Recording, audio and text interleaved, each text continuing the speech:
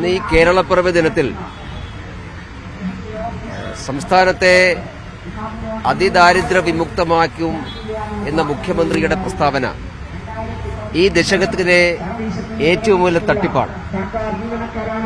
സർക്കാർ കേരളത്തിലെ ജനങ്ങളെയാകെ വിഡ്ഢികളാക്കുന്ന സമീപനമാണ് സ്വീകരിക്കുന്നത്.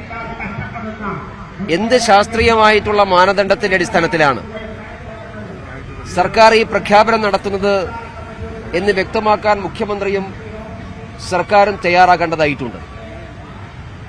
കേരളത്തിൽ കഴിഞ്ഞ സെപ്റ്റംബർ മാസത്തിൽ നിയമസഭയിൽ കൊടുത്തിട്ടുള്ള മറുപടി, ഷൊർണൂർ MLA ചോദിച്ച ചോദ്യത്തിന് സർക്കാർ കൊടുത്ത മറുപടി അനുസരിച്ച് കേരളത്തിൽ 6 ലക്ഷം അതിദാരിദ്ര്യം അനുഭവിക്കുന്നവരുണ്ട് എന്നാണ് ഔദ്യോഗികമായി സർക്കാർ തന്നെ പുറത്തിറക്കിയിട്ടുള്ള കണക്ക്.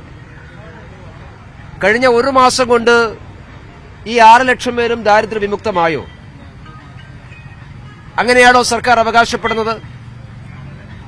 ഇന്നലെ ഇത് സംബന്ധിച്ച് വിശദീകരണം നൽകുമ്പോൾ ബഹുമാനപ്പെട്ട തദ്ദേശ ഭരണ വകുപ്പിന്റെ മന്ത്രി അദ്ദേഹം പറഞ്ഞത് കേരളത്തിൽ 1,54,000 അതിദരിദ്രരുണ്ടായിരുന്നു.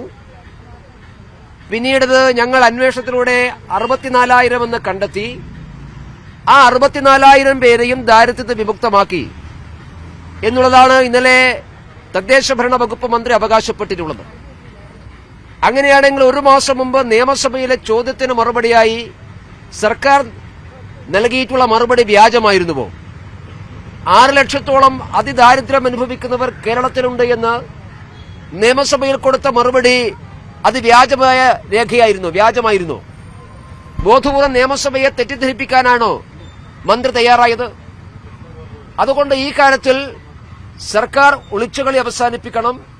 ജനങ്ങളെ വിഡ്ഢികളാക്കുന്ന സമീപനം അവസാനിപ്പിക്കാൻ വേണ്ടി ഈ സർക്കാർ തയ്യാറാവണം. നവംബർ 1 തന്നെ ഈ വലിയ തട്ടിപ്പ് പ്രഖ്യാപിക്കാൻ തെരഞ്ഞെടുത്തത് അങ്ങേയറ്റം ഖേദകരമായിട്ടുള്ള കാര്യമാണ്. നവംബർ 1 കേരളപ്പിറവി ദിനമാണ്, അല്ലാതെ ഇന്ന് ഏപ്രിൽ 1 അല്ല, ഇന്ന് വിഡ്ഢി ദിനമല്ല, ഇന്ന് തട്ടിപ്പും വെട്ടിപ്പും കളവും പറയേണ്ട ദിവസമല്ല. നവംബർ 1 കേരളപ്പിറവി ദിനത്തിൽ കേരളത്തിലെ ജനങ്ങളെ മുമ്പിൽ പുരോഗമനാത്മകരമായിട്ടുള്ള പോസിറ്റീവായിട്ടുള്ള എന്തെങ്കിലും കാര്യമല്ലേ സർക്കാർ പറയേണ്ടത്? അതുവരം തട്ടിപ്പ് പ്രഖ്യാപിച്ച് അതിന്റെ പ്രഖ്യാപനം നടത്തുകയാണ്. മാത്രമല്ല, നമ്മുടെ മുമ്പിലുള്ള എല്ലാ കണക്കുകളും എല്ലാ രേഖകളും എല്ലാ അനുഭവങ്ങളും സർക്കാരിന്റെ അവകാശവാദത്തിൽ 1% പോലും വസ്തുതയില്ല എന്ന് ബോധ്യപ്പെടുത്തുകയാണ്. എന്താണ് ഈ അതിദാരിദ്ര്യത്തിന്റെ മാനദണ്ഡം?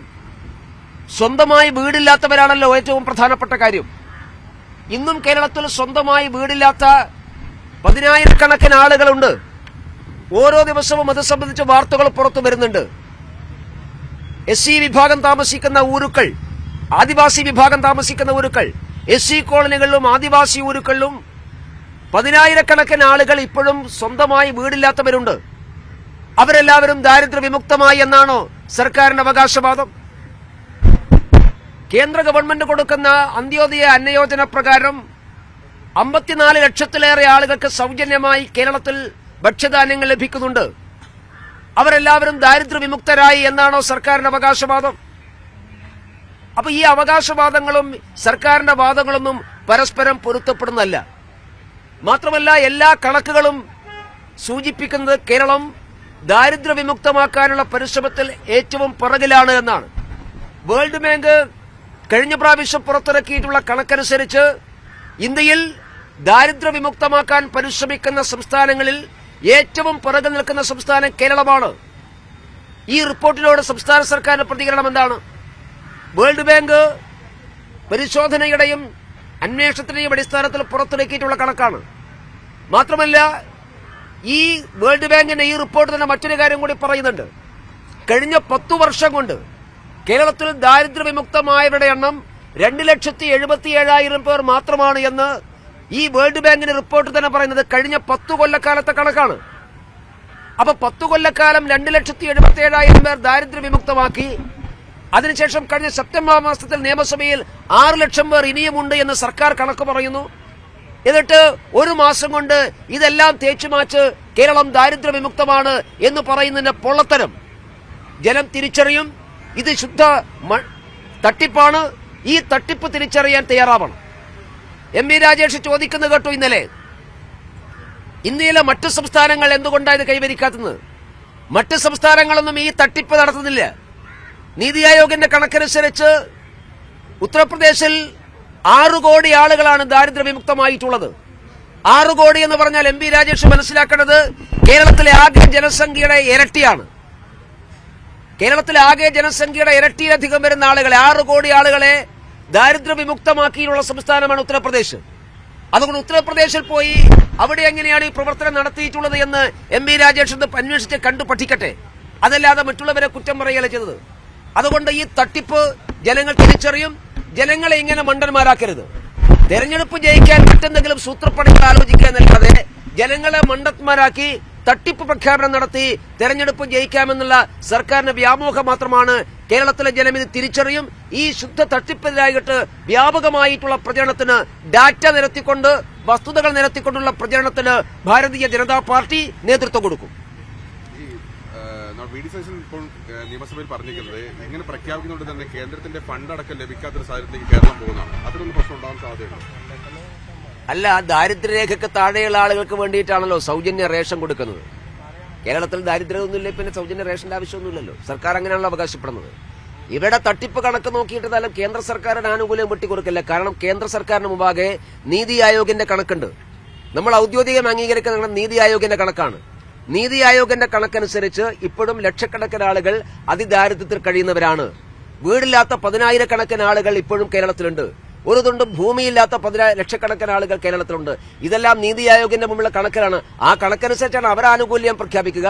പക്ഷെ സർക്കാർ മനസ്സിലാക്കേണ്ടത് ഇങ്ങനെ വ്യാജമായിട്ടുള്ള അവകാശവാദം ഉന്നയിച്ചാൽ കേരളത്തിന് കിട്ടേണ്ട അർഹമായിട്ടുള്ള ആനുകൂല്യങ്ങൾ നിഷേധിക്കപ്പെടുന്ന സാഹചര്യം ഉണ്ടാകുമെന്ന് അവർ മനസ്സിലാക്കിയാൽ നല്ലതാണ്.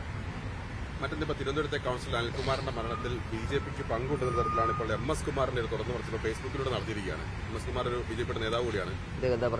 അതായത് ബിജെപി നേതാക്കൾക്ക് കൂടി പങ്കുണ്ട്, അവർ സംരക്ഷിച്ചില്ല. മാത്രമല്ല അവിടുത്തെ സഹകരണ ബാങ്കിലടക്കം ബിജെപിയുടെ നേതാക്കൾക്കും പ്രവർത്തകരുമാണ് അവിടുന്ന് കൂടുതൽ പണം എടുത്തിരിക്കുന്നത്. അവരൊക്കെ തിരിച്ചടയ്ക്കാൻ ആവശ്യപ്പെട്ട് അവരൊന്നും അടച്ചിട്ടില്ല. അതൊക്കെയാണ് ഈ മരണത്തിലേക്ക് നയിച്ചതടക്കമുള്ള കാര്യങ്ങളെന്ന് പറയുന്നത്. ആ ഫേസ്ബുക്ക് പോസ്റ്റ് ഞാൻ കണ്ടിട്ടില്ല. എന്താണ് അതിൽ പറഞ്ഞുള്ളത് എനിക്കറിയില്ല. പക്ഷേ അനിൽകുമാറിന്റെ മരണം ക്രൈംബ്രാഞ്ച് അന്വേഷിക്കുകയാണല്ലോ. ഞാൻ മനസ്സിലാക്കുന്നത് ക്രൈംബ്രാഞ്ചിന്റെ അന്വേഷണത്തിലെ ആദ്യത്തെ അന്വേഷണത്തിൽ അദ്ദേഹത്തിന്റെ ബാങ്കിൽ നിന്ന് തിരുവനന്തപുരത്തെ ഒരു അറിയപ്പെടുന്ന ബിജെപി നേതാവും ഒരു ലോണും എടുത്തിട്ടില്ല എന്നുള്ളതാണ്. അവിടുത്തെ എല്ലാ റെക്കോർഡുകളും ക്രൈംബ്രാഞ്ച് കൊണ്ടുപോയിട്ടുണ്ട്. അവർ വിശദമായി പരിശോധിച്ചിട്ടുണ്ട്. അതിന്റെ അടിസ്ഥാനത്തിലാണ് ക്രൈംബ്രാഞ്ച് പറഞ്ഞിട്ടുള്ളത്. അങ്ങനെ ബിജെപിയുടെ പ്രമുഖരായിട്ടുള്ള ആളുകൾ ബിജെപിയുടെ ലാബിൽ ആരും ലോൺ എടുത്തിട്ടില്ല. ലോൺ എടുക്കുന്ന ആളുകൾ തിരിച്ചടക്കാത്തതുകൊണ്ടാണല്ലോ ബാങ്ക് നഷ്ടമാകുന്നത്. വസ്തുതയാണ്. ലോൺ എടുത്താൽ തിരിച്ചടക്കണം. തിരിച്ചടക്കാത്ത ആളുകളെ നിയമപരമായിട്ട് തിരിച്ചടപ്പിക്കാൻ ആവശ്യമായ നടപടിയിലേക്ക് ബാങ്ക് അധികാരികൾ തയ്യാറാവണം. ഒരു ബാങ്കിൽ നിന്ന് ലോൺ എടുത്തിട്ട് ആളുകൾ തിരിച്ചടക്കുന്നില്ലെങ്കിൽ അതിൽ കോടതിയിൽ പോയി ജപ്തി നടപടികളുമായിട്ടാണ് പോകേണ്ടത്. അത് ചെയ്യേണ്ടതാണ്. ആരായാലും, ഏത് പാർട്ടിയായാലും, ബിജെപി ആയാലും കോൺഗ്രസ് ആയാലും മാർക്സിസ്റ്റ് ആയാലും ബാങ്കിൽ നിന്ന് ലോൺ എടുത്താൽ അവർക്ക് രാഷ്ട്രീയ കവചം ആവശ്യമില്ല. ആ ലോൺ എടുക്കാൻ തിരിച്ചടക്കാൻ വേണ്ടിയിട്ടാണ്. തിരിച്ചടച്ചാൽ മാത്രമേ ആ ബാങ്കിന് മറ്റുള്ള ആൾക്കാർക്ക് ലോൺ കൊടുക്കാൻ സാധിക്കുള്ളൂ. അതുകൊണ്ട് ബിജെപി നേതാക്കന്മാർക്ക് ഇക്കാര്യത്തിൽ റോളൊന്നുമില്ല എന്നാണ് ക്രൈംബ്രാഞ്ച് പ്രാഥമികമായി കണ്ടെത്തിയിട്ടുള്ളത്.